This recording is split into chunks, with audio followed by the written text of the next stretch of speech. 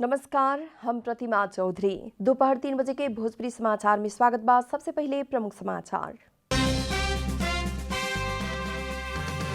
गलत तरीका से नियुक्ति के प्रयास तत्काल बंद करेला एमाले वरिष्ठ नेता नेपाल के मांग। कोरोना के रोकथाम और नियंत्रण में ध्यान देवेला आग्रह। महामारी में भ्रष्टाचार कैल अक्षम्य अपराध भइल कांग्रेस सभापति देउवा के कहना।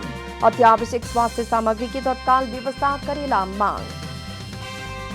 चीनिया सहयोग के 40 टन वेंटिलेटर यही हफ्ता भीतरे तातोपानी नाका आपुगी। ऑक्सीजन सिलेंडर लेवेला वाइडबड़ी बेजिंग जा रहल। जेरूसलम के एक मस्जिद में इजरायली प्रहरी आ पैलेस्टीनी धर्मावलंबी सब बीच झड़प, 178 जने घायल।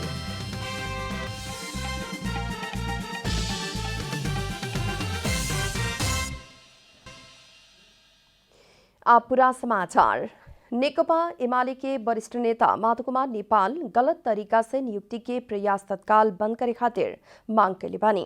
नेता नेपाल अध्यादेश मार्फत संवैधानिक आयोग में पदपूर्ति करे के खोजल गैर जिम्मेवार आ अलोकतांत्रिक काम भइल उल्लेख कैले बानी। उहाँ के सरकार के कोविड-19 के रोकथाम आ नियंत्रण वही लेखा जनता के आवश्यक स्वास्थ्य सामग्री उपलब्ध करावेला ध्यान केंद्रित होखेला आग्रह भी कैले बानी। देश में उत्पन्न विषम परिस्थिति में सरकार जनता प्रति के मुख्य दायित्व से हटे के ना मिली कहत जनता के जीवन रक्षा में ध्यान देवेला उहाँ के अनुरोध भी कैले बानी। प्रधानमंत्री केपी शर्मा ओली आकस्मिक रूप में मंत्री परिषद बैठक बुलौले बानी। बैठक आज संझिया 5 बजे प्रधानमंत्री के सरकारी निवास बालुआटार में बैठी। बैठक में वैशाख 27 गते संसद के अधिवेशन में विश्वास के मत मांगे के आज जेठ 6 गते होखे वाला राष्ट्रीय सभा सदस्य निर्वाचन के विषय में विशेष छलफल होखे के बूझल गेल बा। मंत्री परिषद के नियमित बैठक सोमवार आ बीएफए के बैठक बैठेला। प्रधानमंत्री ओली बिहान इतवार के संवैधानिक परिषद के बैठक भी बुलौले बानी।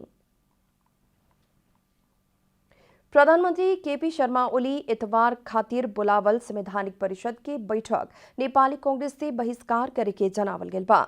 आज एक विज्ञप्ति जारी करत कांग्रेस सभापति देउवा संवैधानिक परिषद के बैठक में प्रमुख प्रतिपक्षी दल के नेता के हैसियत से अपने सहभागी न होखे के स्पष्ट कैले बानी। अध्यादेश मार्फत संवैधानिक परिषद संबंधी ऐन के संशोधन करके लोकतांत्रिक अभ्यास में ओली सरकार द्वारा प्रहार कैला से अन्य सदस्य के भी भाग न लेवेला देउवा आग्रह कैले बानी। सरकार द्वारा संवैधानिक परिषद के मर्यादा आ गरिमा के समाप्त करके बार बार संघीय संसद के छलके अध्यादेश जारी करेवाला अनुचित काम कैल देउवा से जारी विज्ञप्ति में उल्लेख कैल गेल बा। उहाँ के अध्यादेश संविधान के मेन भावना विपरीत रहल दोहरावत षड्यंत्रमूलक ढंग से अध्यादेश जारी भइल आरोप भी लगौले बानी। सरकार द्वारा बदनीयत पूर्वक षड्यंत्रमूलक ढंग से अध्यादेश जारी कैल कांग्रेस के ठहर बाटे।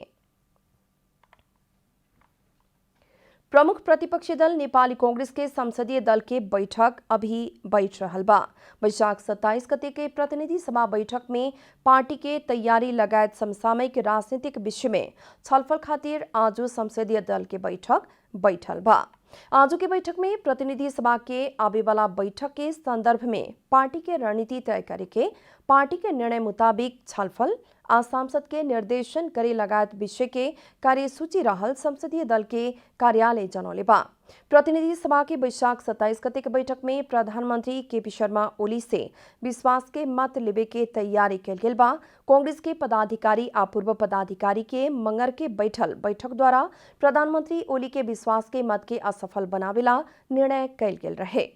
संसदीय दल के बैठक में पार्टी के ओ निर्णय के संबंध में छलफल होखे के आ सभापति शेरबहादुर देउवा द्वारा पिछला विभिन्न राजनीतिक दल के नेता संगे भइल भेंटवार्ता के बारे में भी जानकारी करावे के बतावल गेल बा। राष्ट्रपति विद्यादेवी भंडारी द्वारा मंत्रिपरिषद के सिफारिश में प्रधानमंत्री से अपना ऊपर प्रतिनिधि सभा के विश्वास बा कहे वाला बात स्पष्ट करे खातिर आवश्यक ठानल कारण उहे प्रयोजन खातिर वैशाख 27 गते प्रतिनिधि सभा के अधिवेशन आह्वान कैल गेल बा। नेपाली कांग्रेस के सभापति शेरबहादुर देउवा द्वारा कमीशन के कारण कोरोना के खोप आवे ना सकल अक्षम्य अपराध भइल बतौले बानी। कोरोना वायरस के संक्रमण नियंत्रण और रोकथाम खातिर पर्याप्त समय मिलला पर भी सरकार द्वारा जिम्मेवारी बोध न कैल आ समय में खोप भी व्यवस्था न कैल सभापति देउबा के आरोप बाटे। सरकार द्वारा कमीशन के खेल में समय में खोप लियावे न सकला बाद अभी कोरोना संक्रमण उच्च बिंदु में पुगल कहत सरकार पूर्ण रूप में असफल भइल दावी भी कैले बानी। उहाँ के खोप खरीद प्रकरण में संलग्न सबके कार्यवाही करे के मांग भी कैले बानी। साथ ही जनता के जीवन रक्षा करेला आवश्यक ऑक्सीजन, आईसीयू बेड, खोप लगायत के दवाई के तत्काल व्यवस्था करेला भी उहाँ के मांग कैले बानी है। भोजपुरी समाचार में आप छोट विश्राम।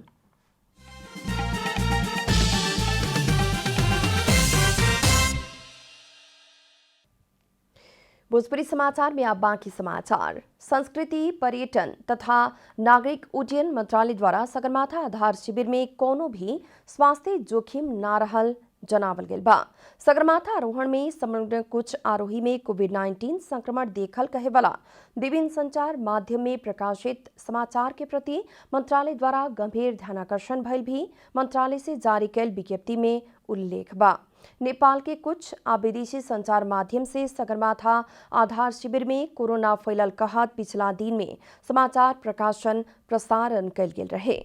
बसंत याम के हिमाल आरोहण में 79 देश के 86 जने आरोही समूह में जम्मा 774 जने आरोही द्वारा आरोहण अनुमति लेहल आ सभी आरोही समूह द्वारा सगरमाथा सहित के पर्वतारोहण संबंधी क्रियाकलाप संभव होखे तक स्वास्थ्य मापदंड सब पालना करते आरोहण अभ्यास कर रहल भी मंत्रालय जनौले बा।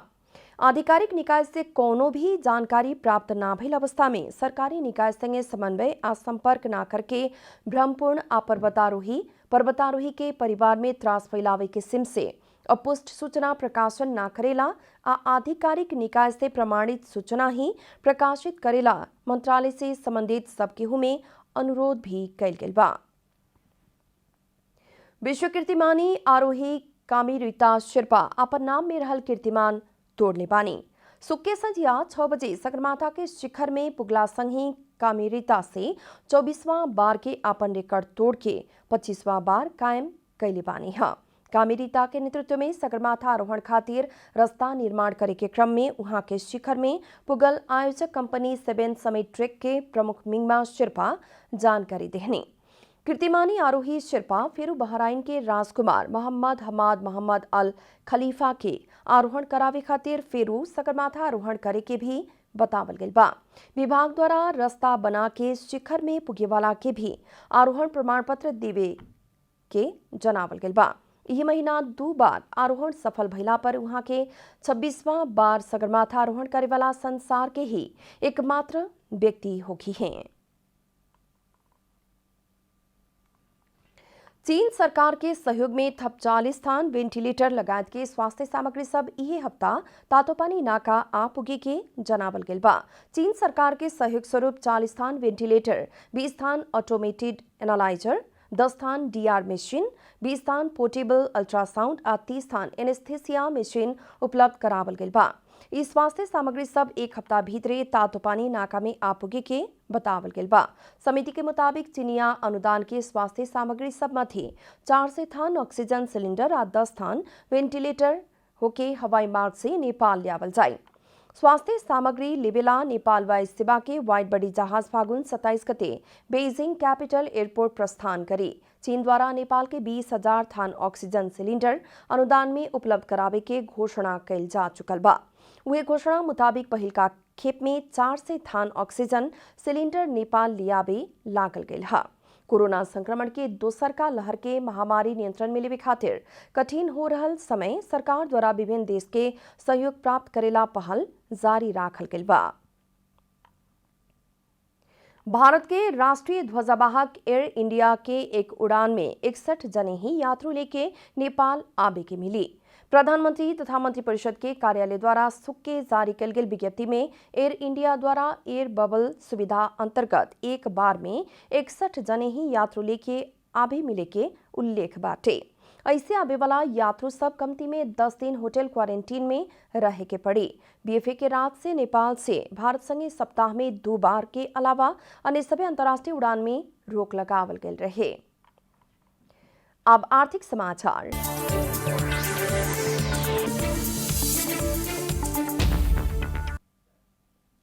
सरकार द्वारा जारी कैल गेल निषेधाज्ञा के असर राजस्व संकलन में भी देखा पड़े लागल बा। निषेधाज्ञा से पहले प्रत्येक दिन 3 से 5 अरब बराबर के राजस्व संकलन होखल में 19 से 2 से 3 अरब में सिमटते जा रहल बा। बजट निर्माण के स्रोत जुटावे के समय में राजस्व संकलन में ऐसे कमी अला बाद बजट निर्माण में भी स्रोत व्यवस्थापन खातिर चुनौती देखल जा रहल बा।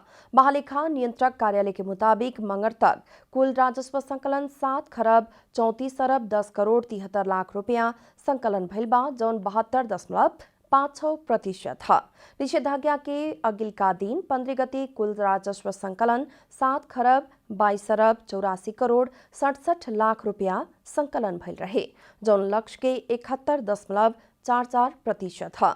वो दिन ही 4 अरब 78 करोड़ 98 लाख संकलन भइल। राजस्व निषेधाज्ञा के पहल का दिन बीएफए के ही 2 अरब 7 करोड़ 12 लाख में झरल रहे। भोजपुरी समाचार में फिर छोट विश्राम।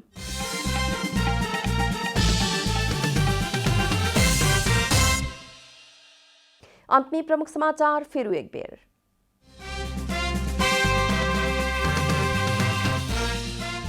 गलत तरीका से नियुक्ति के प्रयास तत्काल बंद करेला एमाले वरिष्ठ नेता नेपाल के मांग। कोरोना के रोकथाम और नियंत्रण में ध्यान दे बिना आग्रह।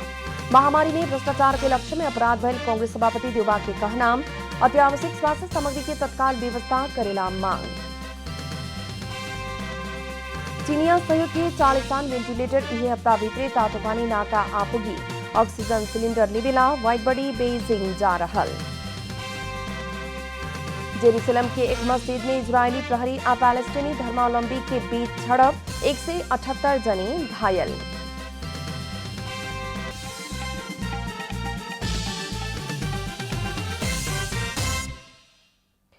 भोजपुरी समाचार अभी खातिर इतना ही। जनता द्वारा जनता खातिर प्रसारित जनता टेलीविजन के कार्यक्रम सब यूट्यूब, ट्विटर, फेसबुक का हमनी के वेबसाइट जनतासमाचार.com में भी पढ़ आप देख सकतानी लोग। सूचना में अपने के सहभागिता, समय में समाचार, हमनी के प्रतिबद्धता। नमस्कार।